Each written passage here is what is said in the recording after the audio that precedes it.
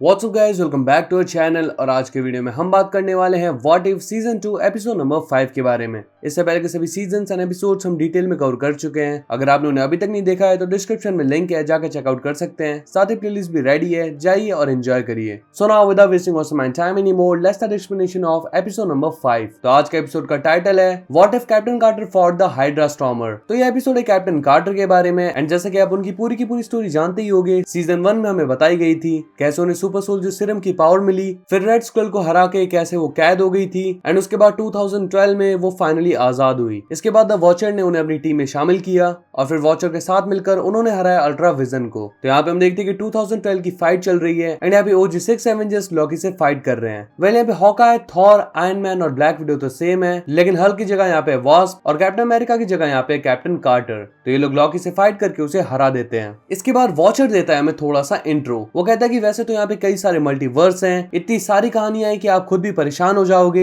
लेकिन इन सारी कहानियों में से मैं आपको सुना रहा हूँ कैप्टन कार्टर की कहानी। एंड इसका रीजन ये है कि वो वर्ल्ड वॉर 2 की हीरो हैं। इसके अलावा उन्होंने खुद को साबित करके दिखाया है। साथ ही वो वॉचर की बहुत अच्छी फ्रेंड भी है। उन्होंने अल्ट्रा विजन को हराने में वॉचर की हेल्प भी करी। और इस सब के अलावा वो पूरे मल्टीवर्स की हीरो हैं, क्योंकि उन्होंने guardians of the multiverse join किया था। तो इसीलिए आज हम कवर करने वाले हैं कैप्टन कार्टर की स्टोरी, यानी कि पैगी कार्टर। तो कहानी की शुरुआत में हम देखते हैं कि कैप्टन कार्टर जा रही होती है ब्लैक विडो से मिलने के लिए। एंड जब वो ब्लैक विडो के पास पहुंचती है तो वो उन्हें बताती है कि निक फ्यूरी ने हमारे लिए काम दिया है। इसीलिए वो दोनों पहुंच जाते हैं एक शिप पे। एंड यहाँ पे पहुंचते ही ब्लैक विडो पैगी कार्टर को एक चीज दिखाती है। वो कहती है कि हमने ये रिसेंटली फाइंड किया है। एंड ये चीज होती है कंटेनर के अंदर। और जब कैप्टन कार्टर इसके अंदर देखती है तो ये होता है हाइड्रा स्टॉर्मर। वही हाइड्रा स्टॉर्मर जो कि हावर्ड स्टार्क ने स्टीव के लिए बना के दिया था। एंड जैसे कि हमें पता है कि स्टीव हमेशा इसी का यूज किया करता था। ये देख के पहले तो कैप्टन कार्टर काफी ज्यादा खुश होती है, लेकिन तभी hydra Starmer out of control हो जाता है और उन दोनों पे अटैक कर देता है। वो बाहर निकल के यहाँ से उड़ जाता है और कैप्टन कार्टर उसके अंदर देखती है स्टीव को। एंड ये देखकर वो काफी ज्यादा शॉक होती है। वो सीधा जाती है निक फ्यूरी के पास और उनसे पूछती है कि मैंने तो सुना था कि 1953 में स्टीव मर गया था, तो हाइड्रा स्टॉर्मर के अंदर आखिर मैंने किसे देखा? मुझे पूरा यकीन है कि वो स्टीव ही था। तो यहाँ पे निक फ्यूरी उसे कहता है कि हाँ, 1953 के अंदर वो मर गया था,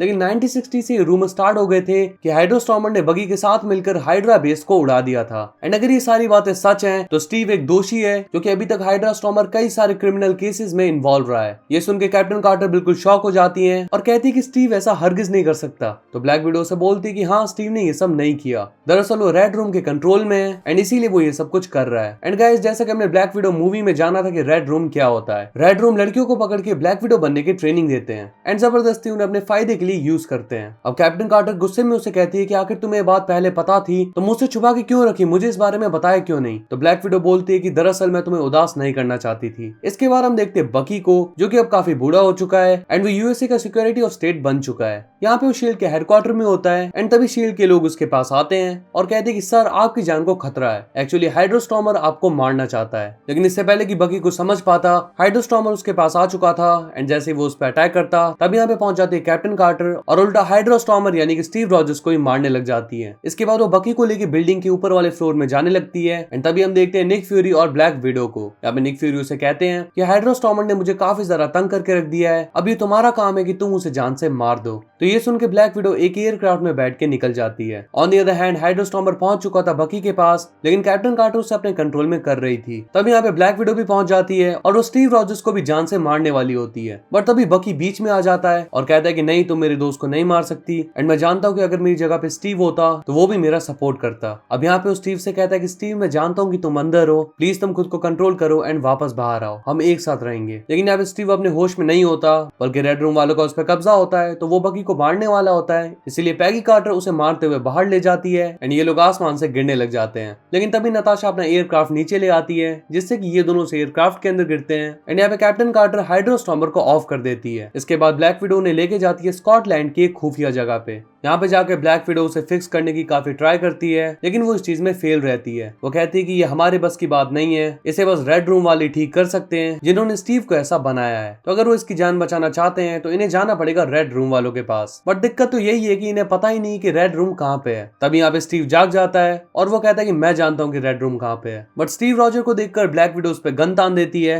लेकिन स्टीव उन्हें यकीन दिलाता है कि मैं अपने होश व आवाज में हूँ, मतलब कि मैं रेड रूम वालों के कंट्रोल में नहीं हूँ फिलहाल के लिए। तो यहाँ पे वो उसकी बात मान लेते हैं एंड वो उन दोनों को लेके जाता है सुकुबिया की खुफिया जगह पे। बट जैसे ही वो यहाँ पे आते हैं उन्हें इंसान जैसे दिखने वाले रोबोट्स घेर लेते हैं एंड उनके ऊपर अटैक करने लग जाते हैं काफी छोटी छोटी बुलेट से। वो काफी ज्यादा थे इसीलिए उनपे भारी भी पड़ रहे होते हैं एंड इनसे फाइट करते करते इनकी हालत काफी ज्यादा खराब हो जाती है और कैप्टन कार्टर नीचे गिर जाती है। लेकिन ये चीज काफी अच्छी हुई क्योंकि यहाँ पे कैप्टन कार्टर ने ऊपर की तरफ देख लिया और उसे दिख गया कि रेड रूम कहाँ पे है। बट तभी उस स्पेसशिप से निकलती है मेलिना एंड यहाँ पे उसके साथ होती है कई सारी ब्लैक विडो लड़कियां। एंड यहाँ पे आता है प्लॉट ट्विस्ट। एक्चुअली ये सब कुछ मेलिना का प्लान था, यानी कि कैप्टन कार्टर का स्टीव रॉजर्स को देखना, स्टीव रॉजर्स का बकी पे अटैक करना, इसके बाद कैप्टन कार्टर का स्टीव रॉजर्स पे अटैक करना। इसके अलावा स्टीव रॉजर्स अभी भी मेलिना के कंट्रोल में है और मेलिना स्टीव रॉजर्स को कंट्रोल करके ये ब्लैक विडो और कैप्टन कार्टर को यहाँ पे लेके आई है। एक्चुअली मेलिना को गोल यही था कि वो किसी तरीके से ब्लैक विडो को यहाँ पे लेके आ जाए क्योंकि वो उसकी सबसे पावरफुल ब्लैक विडो थी। एंड जब से ब्लैक विडो ने एवेंजर्स की टीम को ज्वाइन किया है तब से मेलिना को काफी ज्यादा दिक्कत फेस करनी पड़ रही है,